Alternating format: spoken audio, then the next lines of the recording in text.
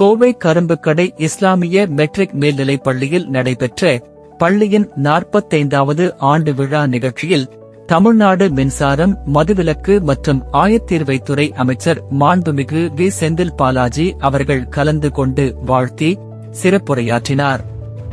இந்நிகழ்ச்சியில் கோவை மாநகர் மாவட்ட திமுக செயலாளர் ந. கார்த்திக் எக்ஸ்.எம்எல்ஏ அவர்கள், இஸ்லாமிய கல்வி டிரஸ்ட் சேர்மன் முகமது அனீபா, துணை சேர்மன் பி.எஸ். உமர் பரு, தாளாளர் ஹக்கீம், இஸ்லாமிய மெட்ரிக் பள்ளி தலைமை ஆசிரியை சசிகலா ராணி, கழக நிர்வாகிகள், இஸ்லாமிய மெட்ரிக் மேல்நிலைப் பள்ளி ஆசிரியர், ஆசிரியைகள், மாணவர்கள், மாணவிகள் கலந்து கொண்டனர்.